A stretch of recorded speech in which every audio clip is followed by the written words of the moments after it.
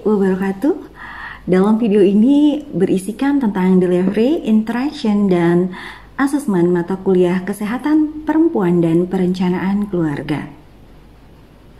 Sebelum memulai penjabaran mengenai delivery, interaction, and assessment mata kuliah kesehatan perempuan dan perencanaan keluarga, izinkan saya untuk memperkenalkan diri.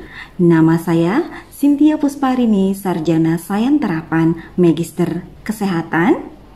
Saya mengajar di Prodi D3 Kebidanan Universitas Muhammadiyah Pringsewu sejak tahun 2009.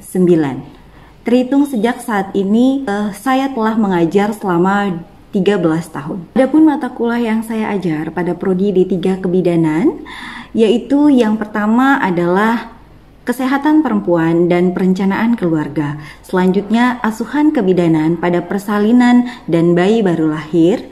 Dilanjutkan dengan Asuhan Kebidanan Komunitas, Dokumentasi Kebidanan, dan Pengantar Asuhan Kebidanan.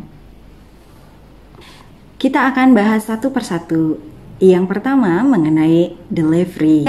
Kontrak perkuliahan mata kuliah Kesehatan Perempuan dan Perencanaan Keluarga, kode mata kuliah 202447,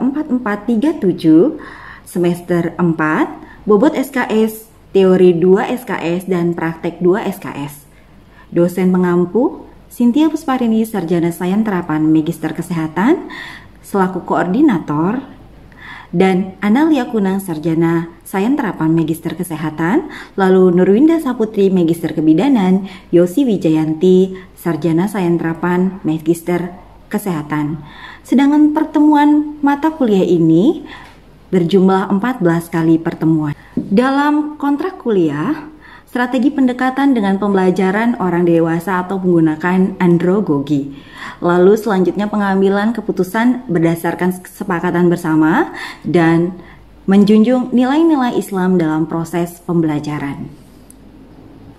Adapun tata tertib dalam kontrak perkuliahan, yang pertama, mahasiswa menggunakan masker, terutama pada saat pandemi COVID-19. Lalu mahasiswa menggunakan seragam karena mahasiswa Prodi Kebidanan Universitas Muhammadiyah Pringsewu kesehariannya dalam proses pembelajaran atau perkuliahan menggunakan seragam. Lalu mahasiswa juga diharapkan membawa referensi setiap kali proses pembelajaran, bisa berupa buku cetak, modul, pedoman praktek, dan jurnal. Sedangkan mahasiswa juga diwajibkan untuk membawa Al-Quran atau media di mana bisa membaca Al-Quran, terutama pada awal perkuliahan di jam pertama. Lalu selanjutnya membaca doa saat awal perkuliahan setelah membaca Al-Quran, dan kehadiran sebagai syarat penilaian akhir semester itu menggunakan pertemuan 75%.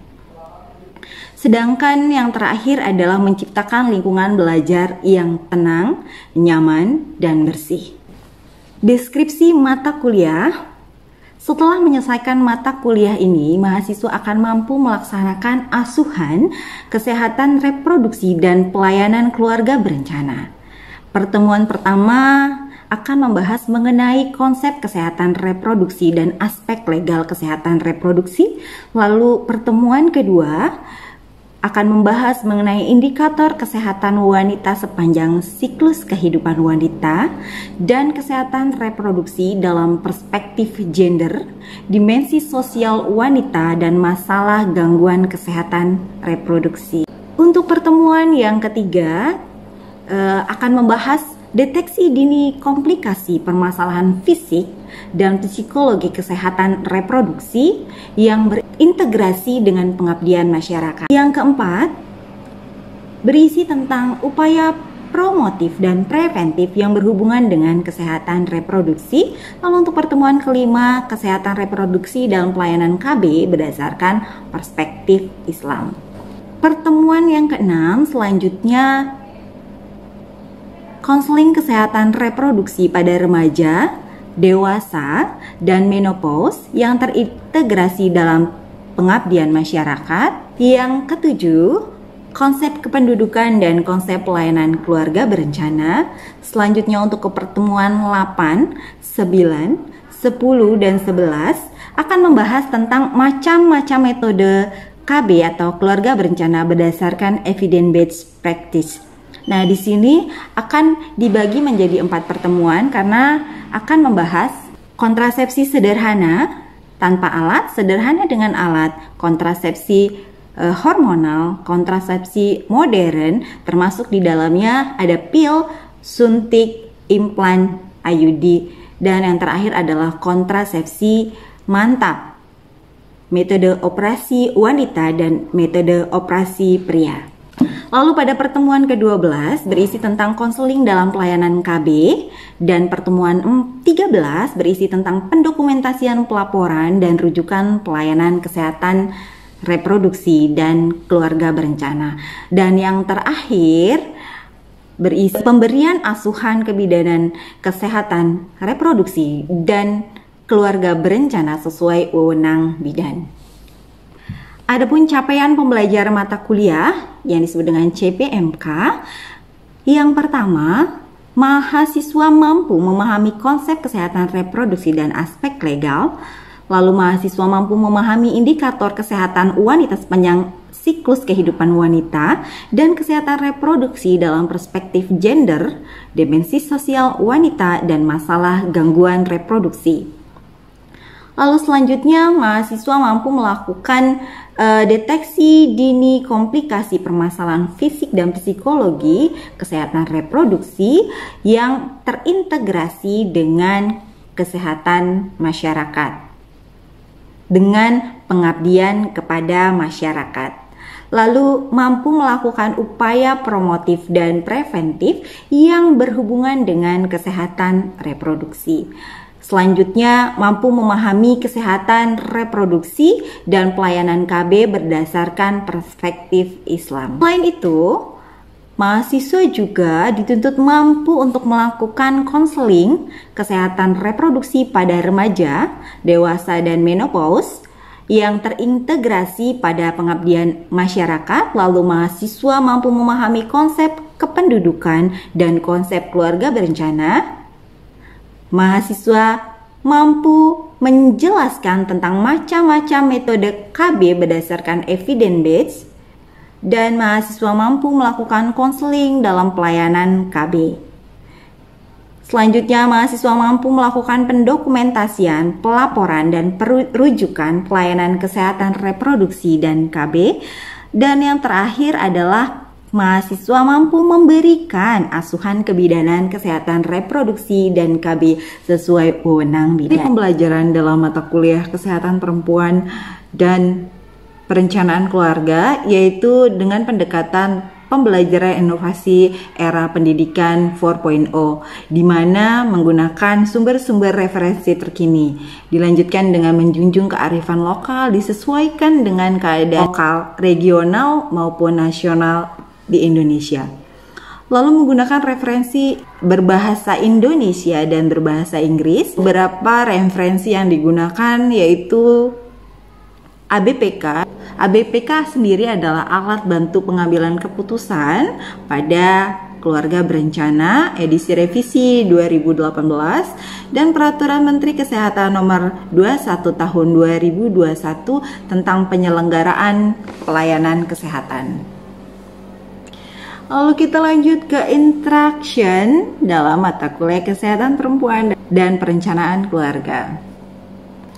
Metode pembelajaran pada mata kuliah ini menggunakan prosentase daring 40% dan luring 60% berdasarkan kebijakan gugus tugas di Pringsewu. Sehingga saat daring metode yang digunakan yaitu ceramah, diskusi dengan menggunakan student center learning. Adapun jenisnya yaitu self direction learning, collaborative learning, dan small group discussion.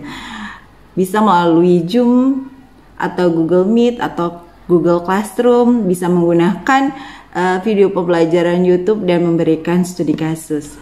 Lalu dengan metode luring sebanyak 60% itu menggunakan ceramah, diskusi, demonstrasi. Lalu student center learning yang digunakan yaitu self-direction learning, collaborative learning, small group discussion, discovery learning, dan simulation atau role play.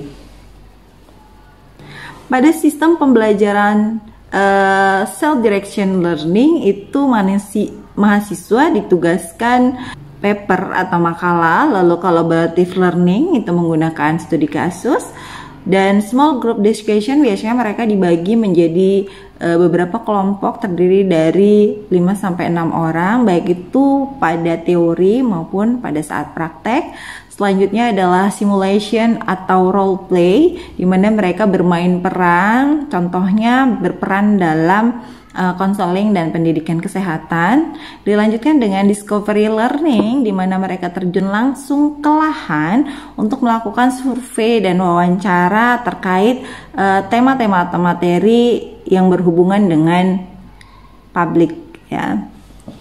Lalu selanjutnya, alasan pemilihan student center learning itu dikarenakan lebih pada berfokus atau berpusat pada mahasiswa, lalu memberikan motivasi mahasiswa untuk memperoleh informasi baru, lalu memberi kesempatan mahasiswa untuk dapat menyampaikan pendapat, dan yang terakhir tentunya akan merangsang mahasiswa untuk berpikir lebih kritis.